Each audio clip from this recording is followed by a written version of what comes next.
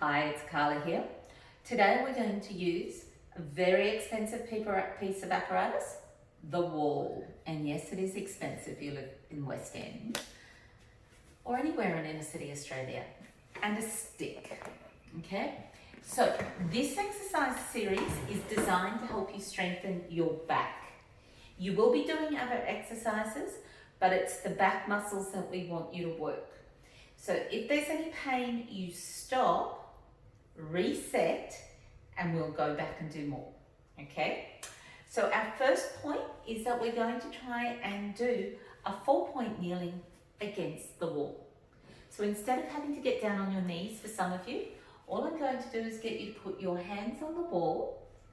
You're going to step back. Now when you step back, I want you to make sure that your hip bone is over your ankle bone. So there's a big lumpy bit here and there. So I don't want you to be out like this, okay? So if you need to go back, this is where we are wanting you. Then you're going to put your hands on the wall. And I'm going to get you to think about pressing your bottom away from the wall and your head towards the wall. So the idea is that I want this sense of length in your spine.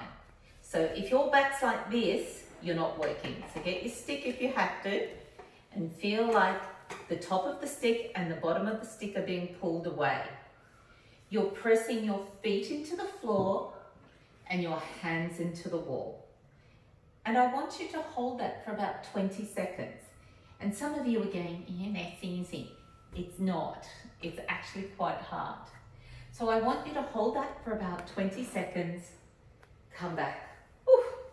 You should feel a little sense of decompression in your spine as we've worked all the muscles. We call it isometric, and I'll tell you about that another day. The next, so if you want to do just that 5 times, perfect.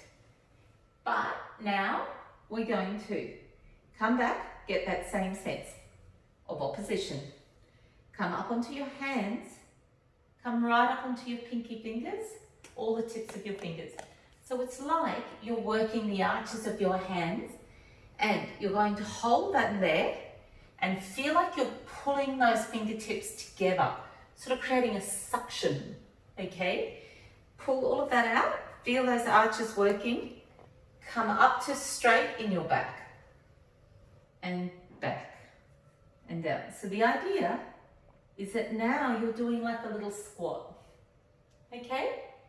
But we're working on working your hands and your hips, okay? This is nice if you're feeling uncomfortable with doing a squat, just 10. Now I'm not wanting you to get all the way down. You just get, what's most important is that we get this range happening in your hips. Very often when we're sitting all day, we're stuck here and you're just stuck tight. Don't try go all the way up to straight. Go down and then back up. I want you to do 10 like that. And then what we're going to do is come forward and you're going to do your push-up. Isn't this a manageable push-up? If it's too much on your fingers, put your hands there, but feel like you're working the arches of your hands. Some people like the knuckles. I find that's probably too much for me because of the joints in my fingers. So you find what works for you. I kind of like this because it makes me work the muscles. What's also nice is it means that I get a nice stretch down the back of my calf muscles. Again, these can get very, very tight. So now you've done your 10 push-ups, or wall push-ups we like to call them. I'm going to get you to take a step forward. You're going to try and get your knee forward and to the wall and back. The idea here is I'd like you to keep your stick and slide the knee forward because you don't want to roll the knee in. So keep the stick there to stop you from rolling your knee in and try and get the knee forward as much as you can. We're trying to get a nice bit of range of motion in your ankle and also getting a stretch through your calf muscle here. And possibly, when you're doing the other side, so you'll see, stick here, get this stretch through the calf, through the front of your thigh. hip flexors getting that stretch once again. So what I want you to do is about 10 of these each time. If you can, once you've done 10 of those, take your feet and curl your toes up. Okay? Now, I have short, tiny little feet and tiny little toes. That feels revolting, but it's really important for you to get that toe extension work. If you have a hedgehog or markaloo at home, maybe do this toe extension thing on those, okay? You don't have to, the wool can work. Just I find the markaloo's much nicer. And back. Okay, once you've done that, hopefully your whole back line is feeling a little bit lighter. What I'm going to do now is I'm going to put my back against the wall and I'm going to get my stick. If you have 2 sticks, that's fantastic, but one will do. And remember, you don't need a fancy stick. A broomstick, a mop handle. Just make sure you take the mop handle off so you don't want to hit your face in the mop. Okay, we've got to retain some dignity.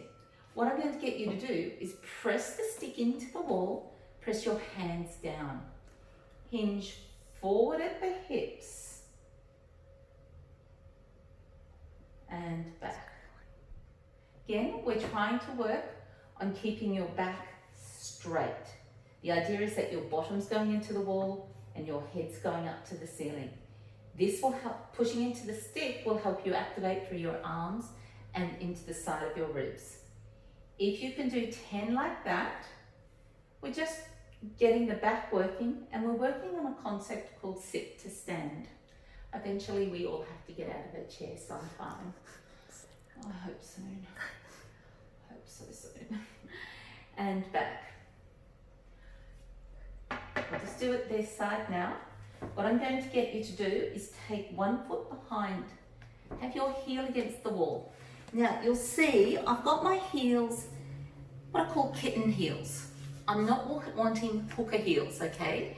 So we're going to be nice church or ladylike shoes for today. You're going to have your hips back and you're going to push yourself forward.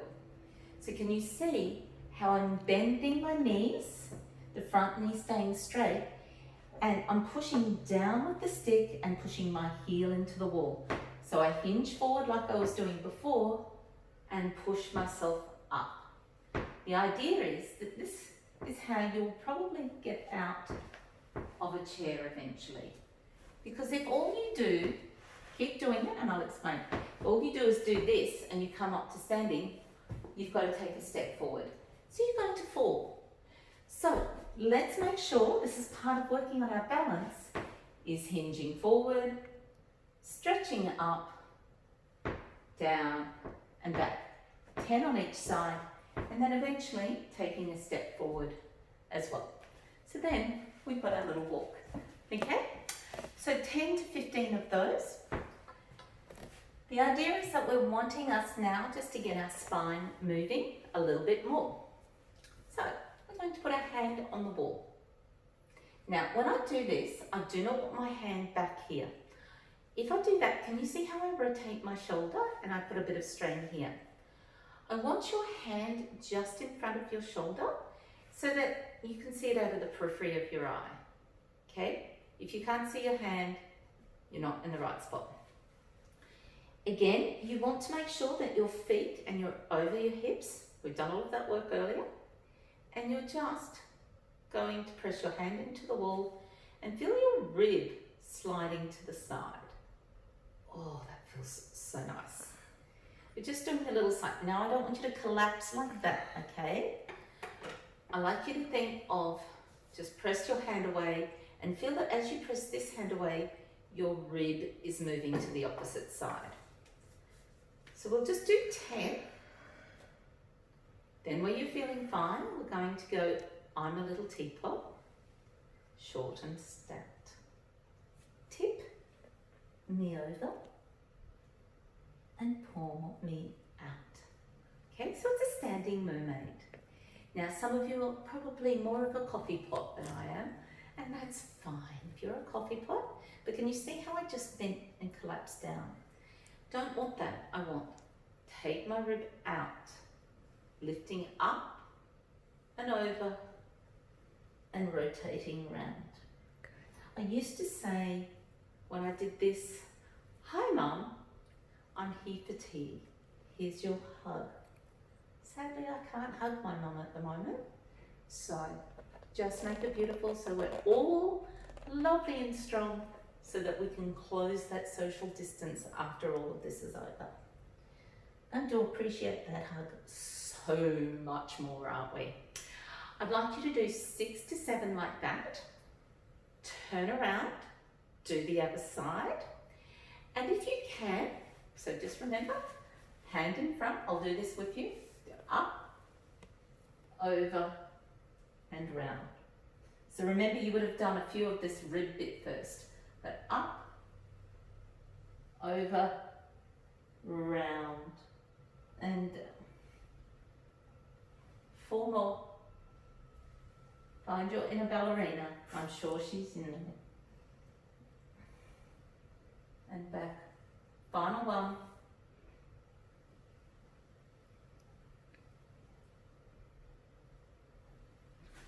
Then we're going to do one final little stretch while we're up and at the wall as we've tried to mobilise our spine. I'm going to get you to put your hand against the wall, not too high, just at that waist height.